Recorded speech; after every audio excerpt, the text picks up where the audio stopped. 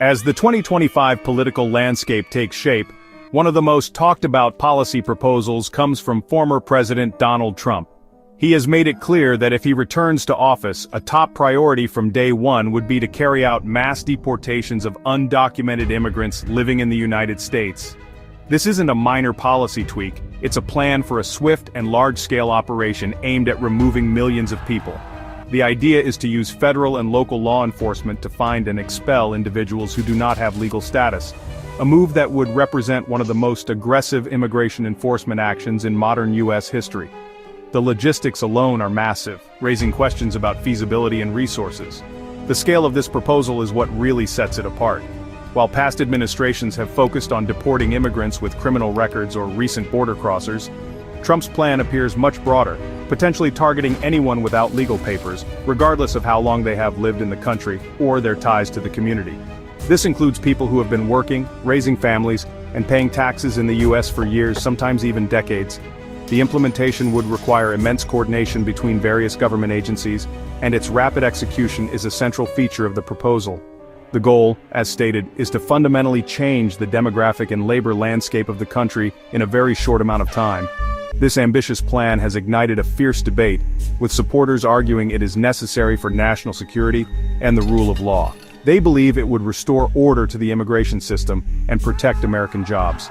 On the other side, critics and experts raise alarms not just about the human cost, but also about the potential for severe economic disruption. They argue that removing such a large number of people from the country all at once could send shockwaves through the economy, affecting everything from the food we eat to the homes we live in. The discussion is no longer just about immigration policy, it's about the fundamental mechanics of the U.S. economy.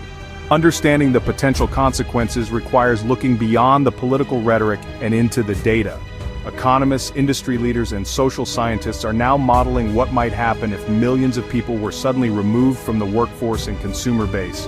Their analyses point to a series of interconnected risks that could impact every American, not just the immigrants themselves. The core of the issue lies in the fact that undocumented immigrants are not just residents. They are deeply embedded in the economic fabric of the nation as workers, consumers, and taxpayers.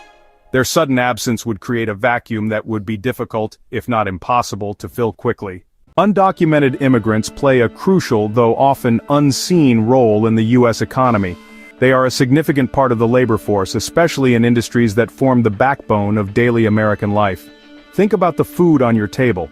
A large percentage of the workers who plant, pick, and process fruits and vegetables in the agricultural sector are undocumented. Without them, farms would struggle to harvest their crops, leading to less food being available.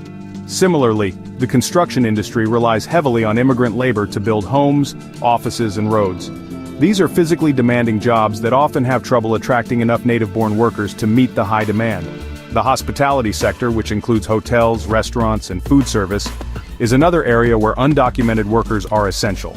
They are the cooks, dishwashers, and cleaning staff who keep these businesses running smoothly, allowing Americans to dine out and travel. The same is true for care services.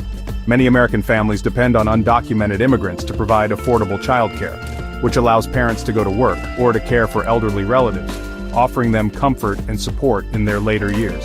In these roles, they are not just filling jobs, they are providing services that enable others to participate more fully in the economy. The reason these workers are so prevalent in certain sectors is often a matter of simple supply and demand. These industries frequently have more job openings than there are available workers, especially for physically demanding or less glamorous positions. Undocumented workers fill this critical gap, taking on roles that are vital for the economy to function, but may be hard to staff otherwise. Their contribution helps keep businesses open and services affordable. For example, a shortage of construction workers could make it more expensive to build new houses, while a lack of farm workers could directly increase the price of groceries at your local supermarket. It's a common misconception that these workers take jobs away from American citizens. Many economic studies suggest that they often fill different types of jobs, complementing the native-born workforce rather than competing directly with it. By filling labor shortages in key areas, they allow businesses to grow and expand, which can, in turn, create other types of jobs. The economic reality is that for decades, these industries have structured themselves around the availability of this labor pool. Removing it suddenly would be like taking a critical component out of a complex machine. The entire system would be at risk of grinding to a halt. If millions of undocumented workers were deported, the most immediate effect would be a severe labor shortage. Industries like agriculture, construction, and hospitality would face a sudden and massive loss of their workforce. Imagine construction sites across the country falling silent because there are not enough workers to continue building. Or picture farms with crops rotting in the fields because no one is there to harvest them. Experts predict that native-born workers would be unlikely to fill all these newly empty jobs, at least not right away. This gap between demand for labor and the supply of workers would trigger a cascade of economic problems. With fewer workers available, businesses would have to compete for the ones who remain, likely by offering higher wages. While that might sound good for workers, it would also mean higher costs for businesses. To stay profitable, these companies would have no choice but to pass those increased labor costs onto consumers in the form of higher prices. The cost of building a new home would rise, making housing even less affordable. The price of a meal at a restaurant would go up. Even the cost of basic groceries could increase significantly. This widespread price hike is what economists call inflation, and it would reduce the purchasing power of every American. Economists have warned that this scenario could push the U.S. economy toward a recession. A sharp drop in labor would mean a drop in overall economic output, measured as gross domestic product, or GDP. Some analyses project that the U.S. GDP could shrink by trillions of dollars. At the same time, rising prices could create a difficult situation known as stagflation, a toxic mix of a stagnant economy and high inflation. While experts are not predicting the kind of hyperinflation seen in other countries, some reports suggest consumer prices could rise by as much as 9% more than they otherwise would, making life more expensive for everyone. The problem would not be limited to just a few industries. The economic disruption would ripple outward, affecting the entire supply chain. For instance, a slowdown in construction would impact suppliers of lumber, steel, and other building materials.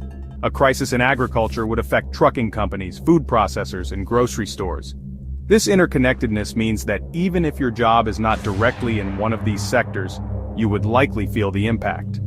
US-born workers could even lose their jobs as businesses shrink or shut down due to labor shortages and decreased consumer demand, creating a cycle of economic decline. The consequences of mass deportations would extend far beyond job sites and into American homes. Many families rely on the affordability of services provided by undocumented workers. For example, a shortage of childcare workers would drive up costs, making it harder for parents, especially mothers, to afford to work. Some might have to leave their jobs to care for their children, leading to a loss of household income and a smaller overall workforce. Similarly, families caring for aging parents would face higher costs for elder care, adding immense financial and emotional strain. The support systems that millions of Americans depend on could become fragile or break down completely. Furthermore, the impact on government programs like Social Security and Medicare could be severe. Undocumented immigrants, despite their legal status, contribute billions of dollars to these systems every year through payroll taxes deducted from their wages. They pay into these programs but are generally ineligible to receive benefits from them. If this large group of taxpayers were removed, it would mean a significant loss of funding for Social Security and Medicare.